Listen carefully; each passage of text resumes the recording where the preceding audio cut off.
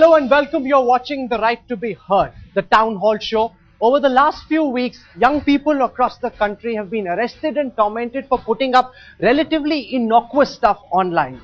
Young citizens think the government is playing Big Brother. They're appalled and aghast with the manner in which Section 66A is being implemented by the police and the government. Joining us today on The Right to be Heard town hall is the Union IT and Telecom Minister, Mr. Kapil Sibal. And we've got, as always, young concerned citizens joining us who've got lots of questions for the IT Minister. I want to begin with this young girl who has a very horrible story from what happened with her at the time of the Delhi protest. Shambhavi.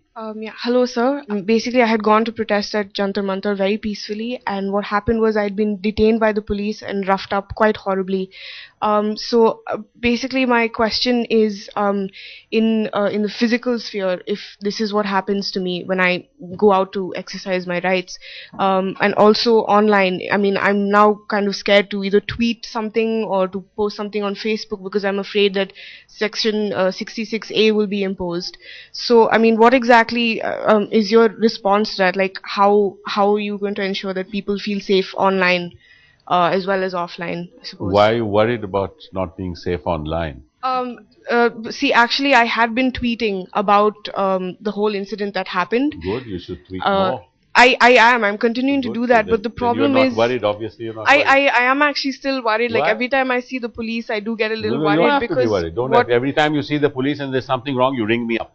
Nothing is going to happen to you. Don't worry. Tweet. All of you guys tweet whatever you want to tweet. I will continue to tweet, but I must tell you that that very night, we received a very threatening phone call from the police station saying that this girl has been tweeting about what happened here and they threatened us. Police station? The police station, Parliament Street police station. So, I mean, that's what happened. You send me the proof of that. Tell me, give me your mobile number. We'll find out which policeman, which police station made that call to you. Okay, you have a question. There's no issue. I mean, all you guys freely tweet.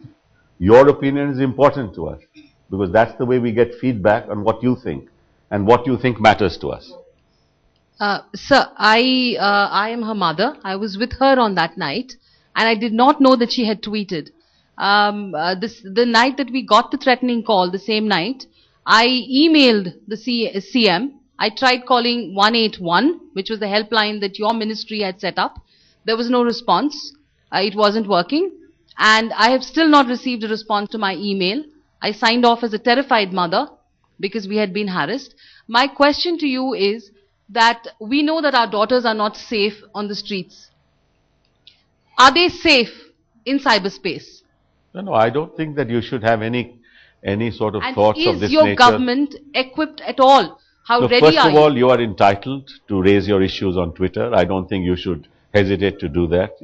You're entitled to tweet, you're entitled to go on Facebook, you're entitled to your opinions, you can criticize what you like. No issue on that. I don't think any government, at least my government, is not going to in any way harass you because of that. And if somebody does, you bring it to my notice. If you want, I'll give you my mobile number and you can SMS me and I will take action immediately. Minister, you're saying that you can tweet what you want and the government will not harass you. You can tweet, you can give your opinions. Okay, but I want to play out a clip from this young man from Pondicherry. His name is Ravi Srinivasan. He tweets under the handle Ravi the Indian. We're going to play out a clip because he has a question he sent all the way from Pondicherry. Let's listen it. Hello, Mr. Sibal. My name is Ravi Srinivasan. First, I would like to explain that whatever I have put in the Twitter against Mr. Karti Chidambaram and Mr. Vadra is not any news that I have created. It is already there in the public domain like newspaper, television, YouTube, internet, etc. At the time of my arrest, I was having only 16 followers in my Twitter account. Out of the 16, 7 are my relatives and friends. The balance 4 is marketing fellows who come to any Twitter account once they open an account. So in effect, I was tweeting only to 5 people. Now, I would like to ask you, with what on earth would you justify waking up and arresting a person at morning 5 o'clock for tweeting to only 5 persons? That too, no one has replied to my tweet and nobody has retweeted also. So what on earth will you justify it with? First of all, what on earth will you justify it with means I didn't arrest you. right? I didn't do any of that. There is somebody at the local police station who did something that was unacceptable, and I accept that it was unacceptable. There was no way he should have been arrested at 5 o'clock in the morning. You know, this is a bailable offense. What does that mean? Which means that the police cannot arrest any person. In other words, if the police arrests a person, the policeman himself has to grant bail, which means he can't be taken to jail under the law itself. This is completely wrong. Now, if some policeman misinterprets or wrongly uses the law to do something that the law does not allow, you can't say to me, why did you do this? Right? Now, therefore, we have now issued a guideline, which we have written to all the chief ministers of the country. I have myself written and issued a guideline saying that, look, arrest, the question of arrest doesn't arise. It's a bailable offense. And any decision to take any action. See, many of these arrests are not just under the IT Act, but there are other provisions of the penal code that have been added onto it, under which the arrest has been made. Not under but you said, why are people spooked out? Why are they not safe? These are some instances. But these are 5 instances in 1.2 billion population. All over the last few weeks. You are saying that all of India is unsafe. No, but do they feel safe while tweeting? No, one second. That's not. You guys come here. Haven't you come to this studio? How unsafe were you? Let's not give a message to the world that India is unsafe. I mean, we are trying our best to the best of our ability. I mean, we are not perfect. No government is perfect. No citizen is perfect. We are putting systems in place now. Now that I have myself said that soon we are going to have a safety device. We're going to give you a watch. And I have launched, in my ministry, in 6 months' time, we'll have a prototype of a watch which will respond to voice and things like that. Hopefully it'll be less than 1,000 rupees. In the meantime, we are trying to do something on the mobile phone so that we give you. So in response to all this, we are trying to find technology solutions to help you. But please don't publicly tell the world that India is an unsafe country. Okay, let's listen to the young girl over there, right at the corner. Indian constitution grants people, freedom of speech irrespective of caste, class and all. But then my question is that when two girls, say anything against a political leader, they are arrested. Sir, he just made a cartoon and he was arrested. And on the other hand, the politicians are making comments like dented and painted, and and they are just saying on media that we are taking our comments back and no action is taken against them, and everything is like forgotten. So why is it happening, sir? No. As I said, miss, the question is that a person who implements the law, who is not entirely familiar with the law, for example, forget this case. There is a code of criminal procedure in our country, right? The criminal procedure code prescribes exactly what the police must do when a particular offense takes place. Now, if some policeman or executing authority or implementation authority does something contrary to the law, it doesn't mean either that the law is bad or that the government is bad. What we need to do is to correct the situation on the ground. And therefore, we need together, the state government, ourselves, civil society, if there is something wrong, we need to sit down together and see if there are any lacunae to deal with that lacunae. But I agree with you that some of these arrests were completely unnecessary and illegal. So, if on the ground a decision is taken and somebody exceeds his powers, he should be dealt the with. one instance. But that doesn't mean that the government has asked the police to do this or that. When the situation on the ground develops, it's the policeman. But Mr. Sibal, the one instance that's really scarred a lot of people was with these young girls near Mumbai. They put out something on Facebook when Balasaheb Thackeray died, and the system came down against them. I want you to listen to Shaheen Dada. She has a message for the IT minister. Hi, I'm Shaheen Dada. As I was arrested because of questioning shutdown on Mumbai on FB. So my question to Kapil Sibal is, do freedom of speech really exist? As I'm 21 years old and I'm a big example for youth. So, youth are future. Today's youth are future. So my question is, do freedom of speech really exist? If yes, then why I was arrested? And if no, then why no? People say we got freedom 65 years ago. Is this freedom? All right, let me just respond to that. Number one, when you were arrested, I publicly made a statement that what was done was illegal as far as you are concerned. Now, if you go on the net and you search Kapil Sibal, okay, you will find lots of people saying lots of things which are unacceptable about me. I've never taken any action. So for all those people, there is freedom of speech available. So you can't say merely because somebody acted illegally towards you, there is no freedom of speech in this country. I mean, the fact of the matter is that people are abusing us on a daily basis on the net. No minister has taken any action. And not just abusing us. I mean, there are people who have gone on the net and said, let's kill Kapil Sibal. I have not taken any action. Does it mean that there is freedom of speech in this country or there is no freedom of speech in this country? You can't take an isolated example of an isolated incident and say the country doesn't have freedom of speech. That's not a fair representation. You go anywhere in the world, Rahul, and I've been all over the world. The kind of things that are stated in this country on the electronic media and on the social media, you will find nowhere else in the world. Nowhere else. But Minister, it's and also I challenge a fact. you to that. Minister, it's also it shows that we are a far freer country than many countries of the world. Minister, in fact, most countries of the world. But Minister, it's also a fact that, Google put out this data which shows that most of the complaints that are coming from the government, from your ministry, about objectionable content being posted online are actually diatribes about either Mrs. Gandhi or about the Prime Minister. So the fear that the government has got, that there will be communal strife, that there might be riots, etc., etc., the government is really worried about people saying nasty things about Mrs. Gandhi or about the Prime Minister. The Google data actually reflects that. Actually, your facts are completely wrong. This is the press statement release that put out by Google. You just made a statement that all these are coming from my ministry. In fact, not more than 5 complaints have gone from my ministry.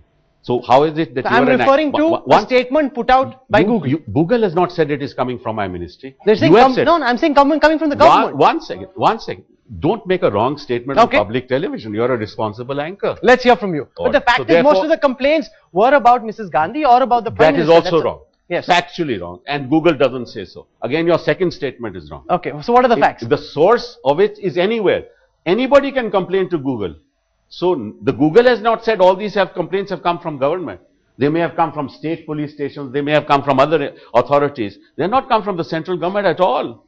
In fact, we are extremely liberal in our attitude towards freedom of speech. So please get your facts. So you're saying the police is complaining of its own accord? If you compare this to the United States of America, the US government, if you look at the number that Google has provided, and Germany is far greater than it from India. Okay, you're making that point. Let's not, see, don't denigrate your own country. We are a very precious republic. And let's love India, not hate India. No, nobody hates India. Make no mistake about that. Okay, this gentleman had a really bad experience. I'm sure you know Asim Trivedi, the cartoonist. I want you to listen to him and then respond. Asim.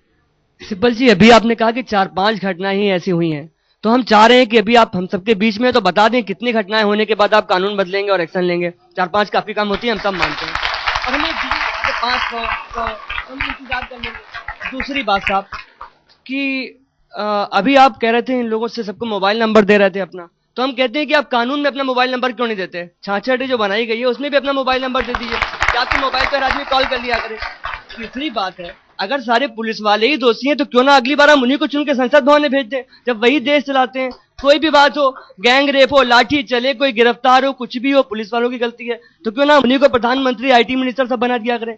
अगली बात साहब, 4-5 घटनाएं नहीं होती हैं, but Shaheen डाडा की गिरफ्तारी से पूरी युवा पीढ़ी को यह मैसेज जाता है कि अगर आप कुछ भी इंटरनेट पर लिखोगे पॉलिटिक्स पर, सोशल इश्यूज पे, तो आप गिरफ्तार हो सकते हो. एक डर बैठता है और एक घटना एक ट्रेंड सेट करती है, एक डर बैठाती है, पूरी डेमोक्रेसी को प्रभावित करती है. साहब, ये एक घटना नहीं है, एक ट्रेंड है जो हम सबको, हमारे सबके डेमोक्रेटिक राइट्स छीन लेता है. एक लड़की गिरफ्तार होती है तो उसकी माँ उसको रोकती है.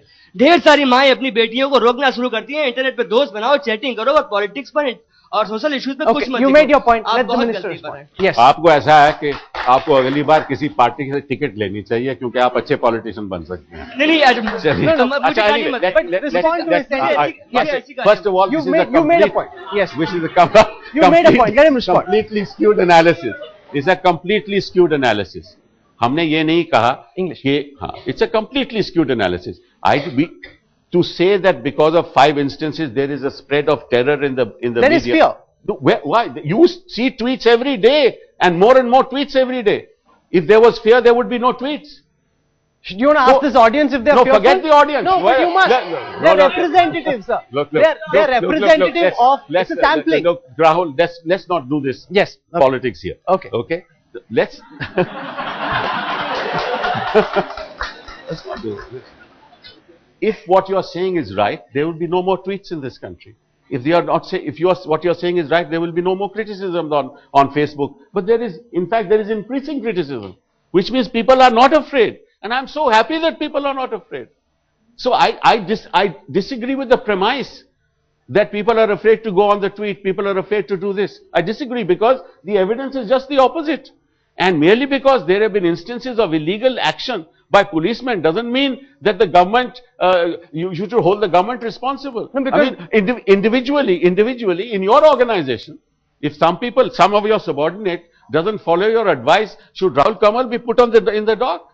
If he has done something illegal, he should be dealt with. No, but that depends on whether the subordinate is taking my cue or not. How often does the police respond to what their bosses ask them to do? Who has asked you, told you that the government of India has not asked anybody We've got Pavan Duggal there. He has a question, well-known cyber lawyer. Mr. Sibal, one question. 10 years down the line, as a distinguished jurist, what is your vision of what the government of India wants to bring changes in the Indian IT law so as to make robustness a part of Indian digital and mobile ecosystems? I mean, Mr. Duggal, you're on Twitter, right? And many of your tweets I have read. Now the problem is the following. Any medium, any technology can be put to good use and can be put to use which destroys the very essence of the medium. It can be used for terrorist activities. It can be used for drug trafficking. It can be used for child pornography. Freedom of expression does not mean that you can carry on terrorist activities on the net. So some law is required. That law must be reasonable, and it must be consistent with our fundamental right to freedom of speech. Under Article 19(1)(a) of the Constitution, we have freedom of speech. Under 19(2), there are restrictions.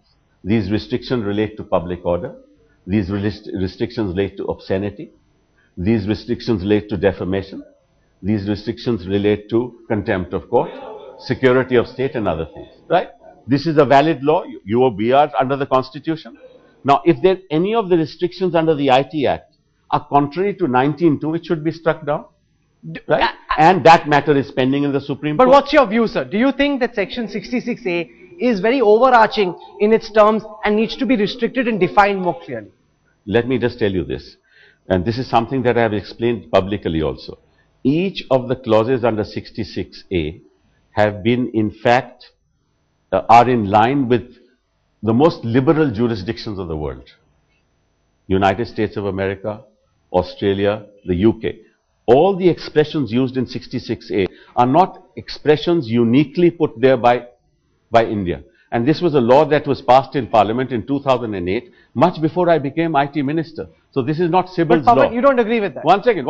He may not agree, you may not. That's not the issue. Sure. The point is the matter is now pending in Supreme Court.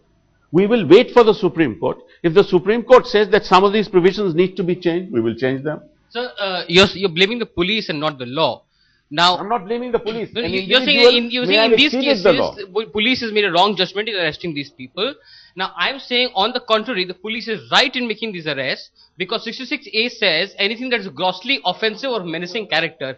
It does not even care to define what is offensive. I could say I do not like Rahul Kanwal's face, and if I say this on Twitter, then he is right in saying he's offended and going to the police, and the police might agree with him that's an offensive statement. So the police is perfectly right in arresting these people. It's the law that is wrong, is a law that is undemocratic, unconstitutional, and draconian. So this is what you are saying is not entirely correct for the simple reason that the expression grossly offensive. For example, take equality under the Constitution. Can you define equality for me?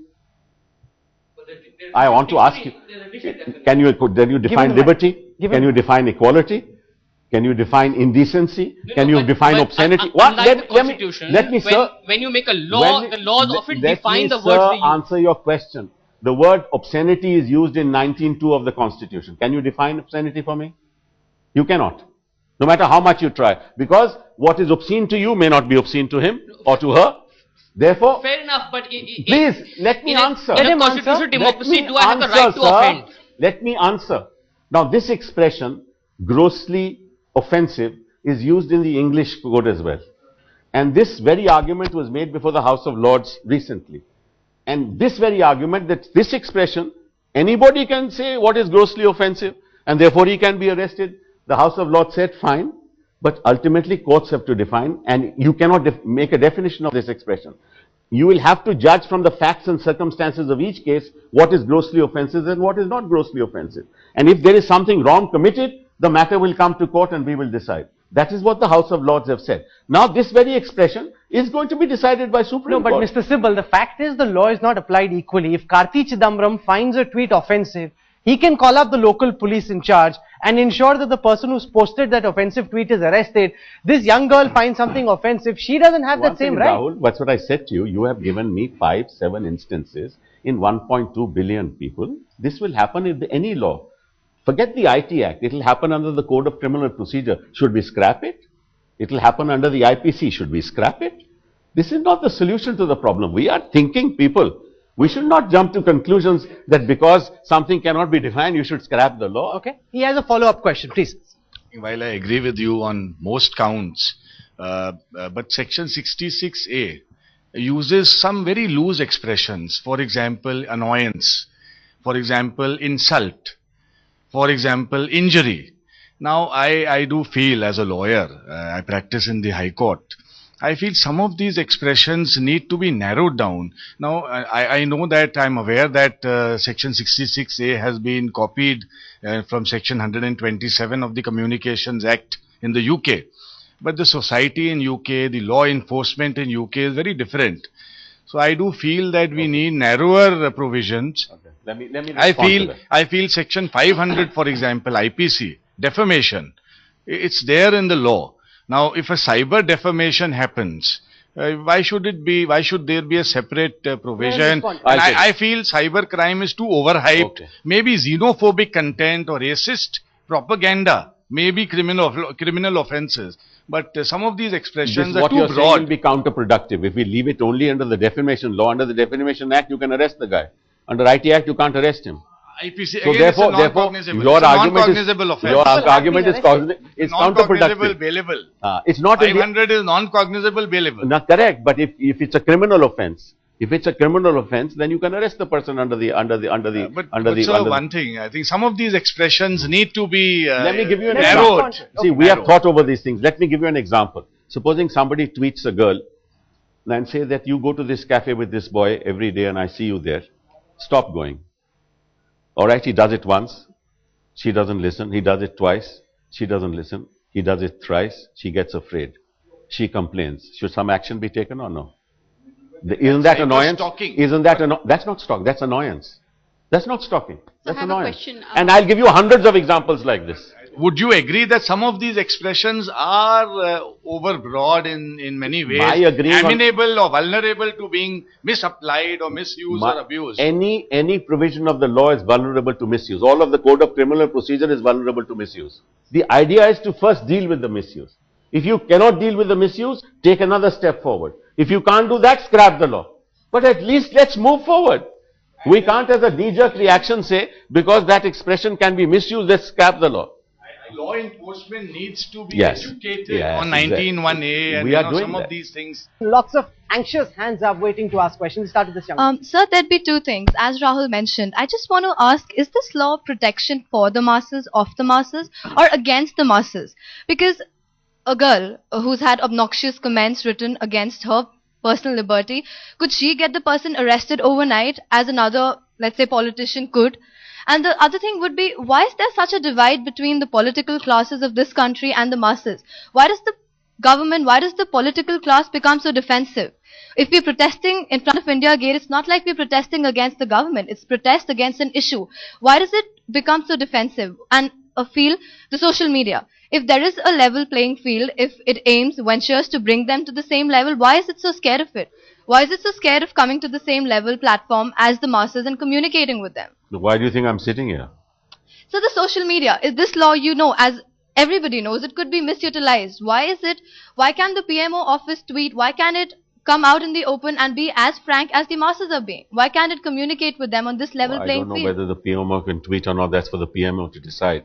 That's not the issue. The issue is that we certainly accept the fact that you have the right to protest, and we should actually understand why you're protesting. There is a general angst, and we must realize why that angst is there. And why do people get together? Because there is an element of insecurity, and we need to realize that. What happened in Delhi was something unacceptable, horrendous, beastly. It's not acceptable in any civilized society, and we need to take measures to set that right.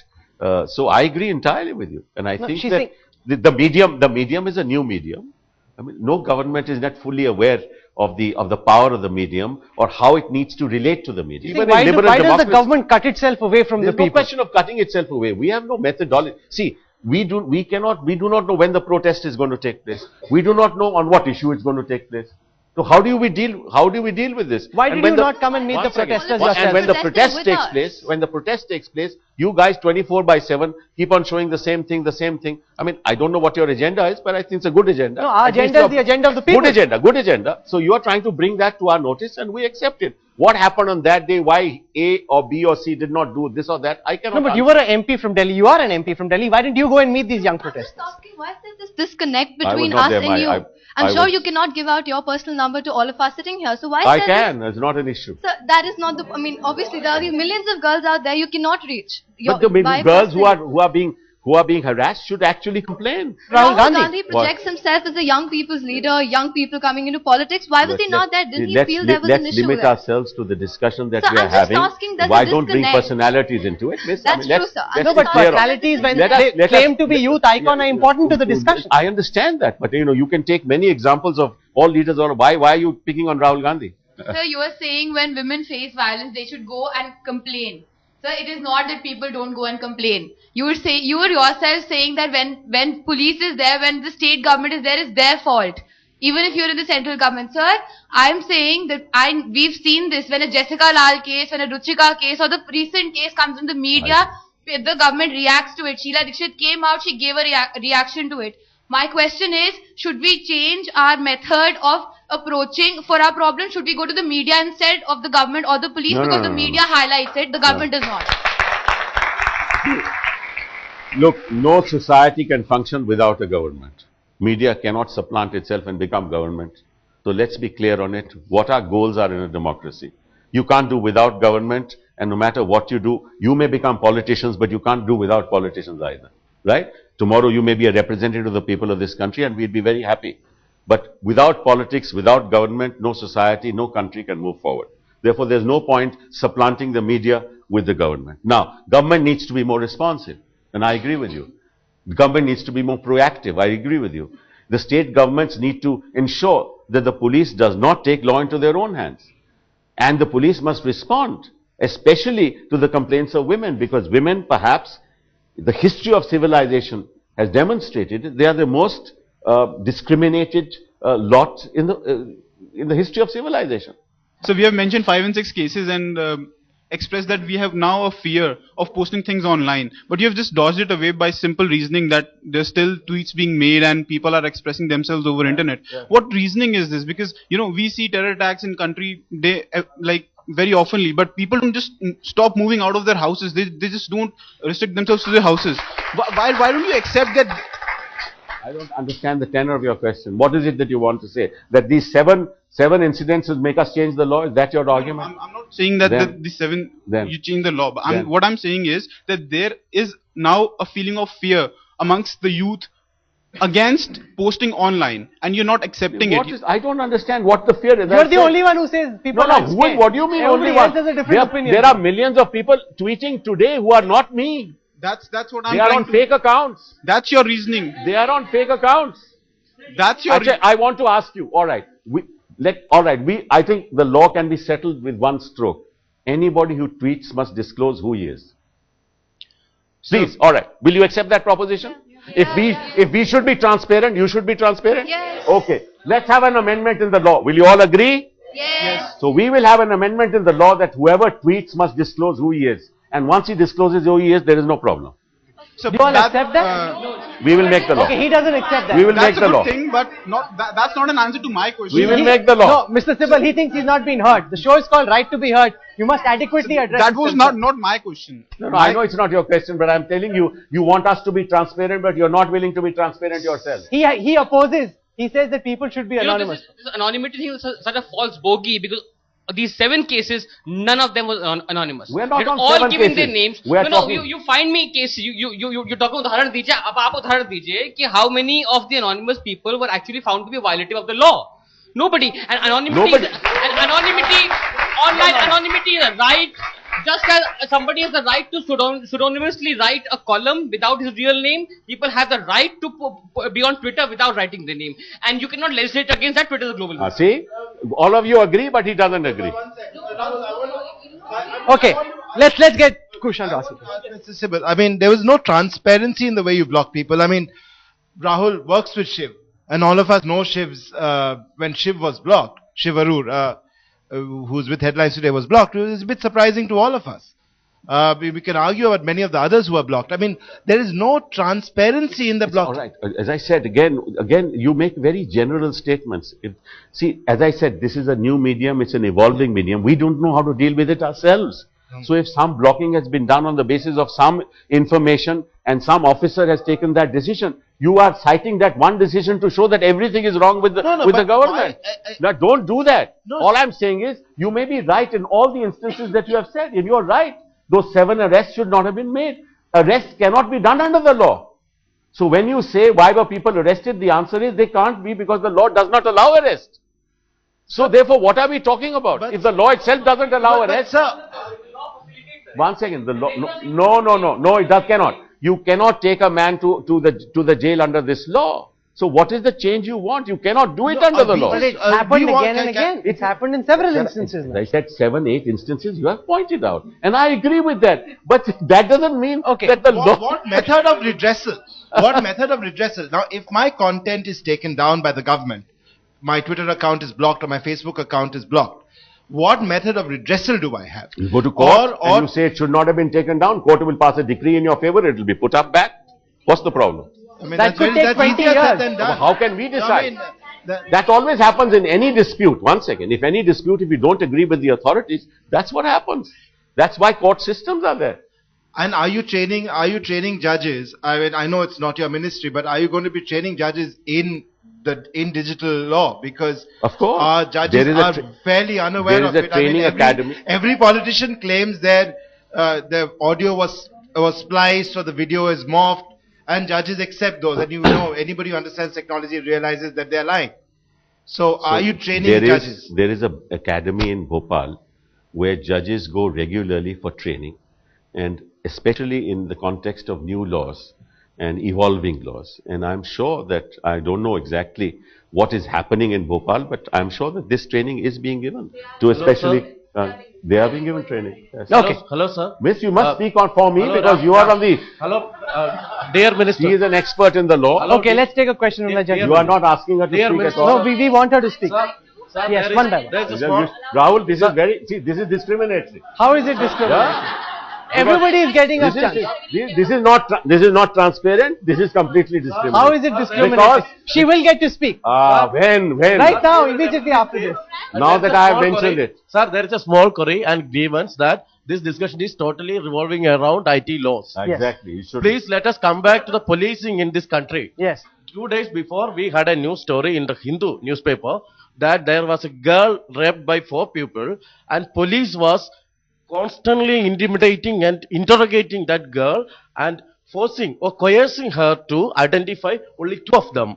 And despite the presence of her parents in the police station, she was sent to a shelter home, a 14-year-old girl. And she was not at all dealt with by a woman police constable, and the SHO and other officers in the police station were intimidating her. And once this matter come to the court, this police will deny all this. So, we are always telling, police is telling and giving these advertisement notifications in newspapers that everywhere you put CCTV cameras. Why don't the government thinking about putting CCTV cameras inside the police station? Mr. Sibal. No, absolutely. I think that's a perfectly good suggestion.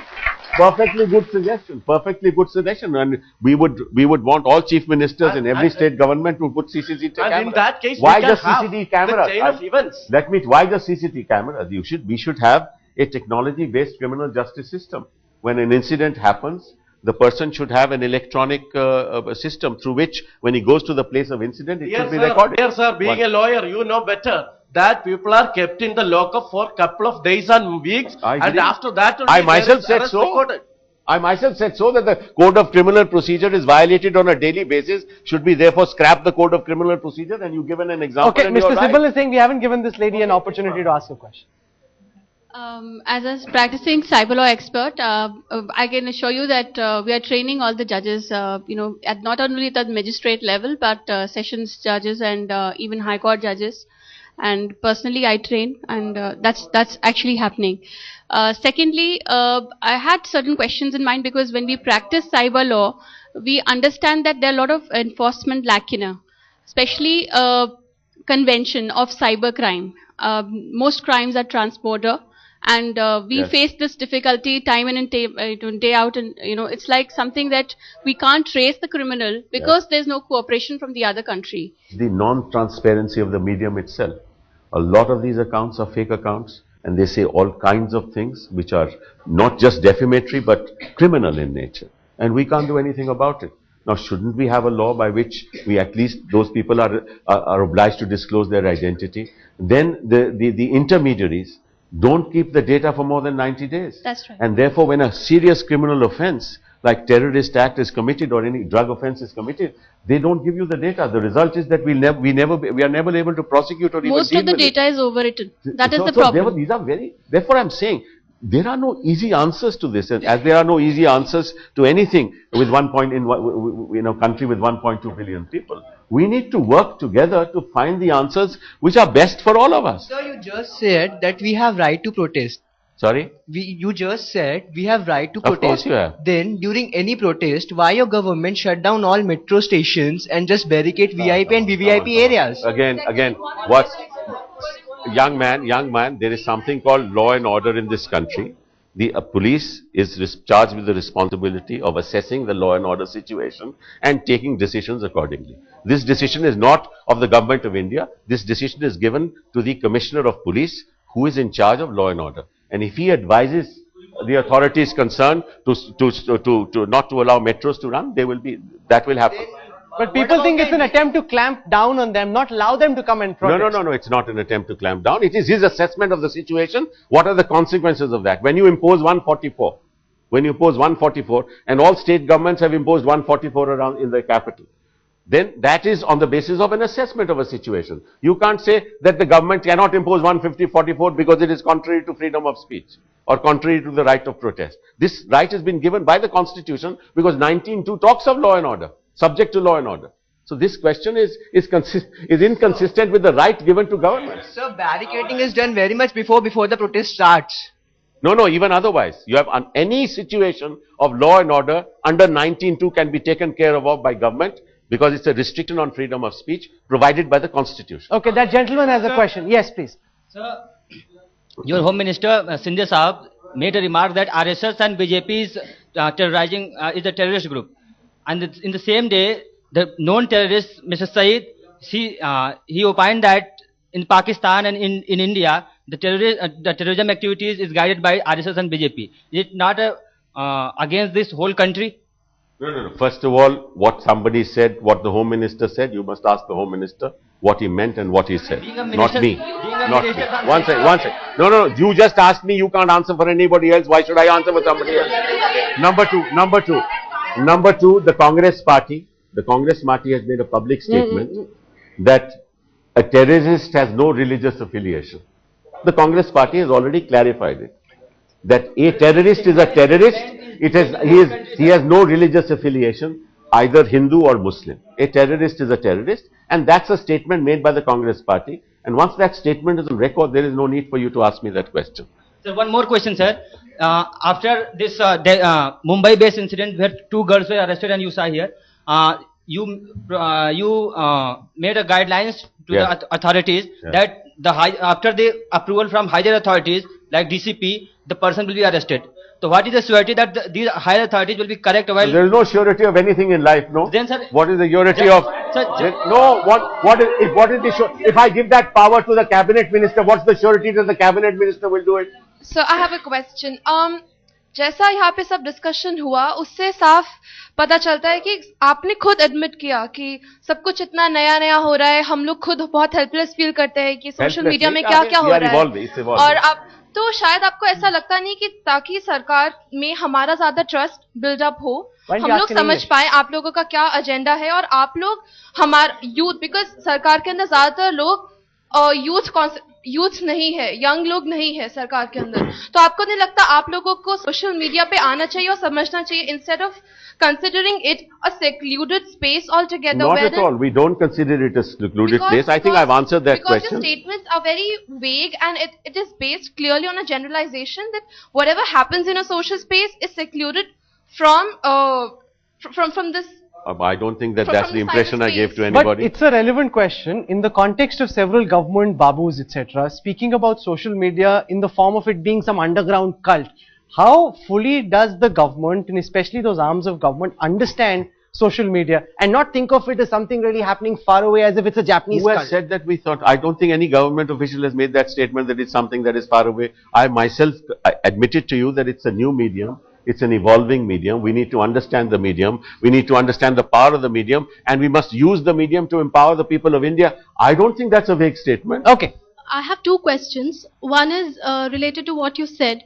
You said we have to trust the administration, right? No, we have to trust a higher authority. If power is conferred on a higher authority, you we have said to trust that we have to trust the we administration. have no choice. Okay, it is a higher authority, okay? Now, I have a right in cyberspace to tweet, and you have a corresponding duty to take my claims, to address issues if I have any problems with either blocking of my site or... Government cannot, I mean, from a practical standpoint, if there are a million tweets, government cannot look at all the million tweets and then start responding. It's not possible.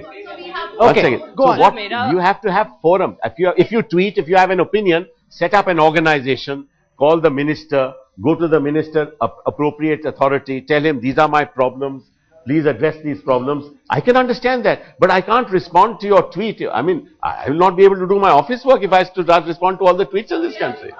Why are you not, Minister, why are you not active on Twitter? Huh? Why are you not very I'm afraid of you, Rahul. Why are you afraid of us? We are afraid of you. I mean, everybody is afraid of you. What are you afraid of us for? This is not a demonstration of fear at all. This is a demonstration of concerned citizens. This is a demonstration of camaraderie because you realize that this is an issue that needs, and I agree with you, this is an issue that is very serious. The social media is a very powerful forum. Citizens' voices must be heard. Citizens' voices are relevant. But I think also, at some stage, citizens also must realize that they too have a duty. Right? What that duty is, they must, like the media, the electronic media in particular, must also, you say all kinds of things on television. But there is a duty that you have too. We follow our duty. That your facts are right. Absolutely. Make sure that you are not unnecessarily defamatory. Make sure that you are not abusive.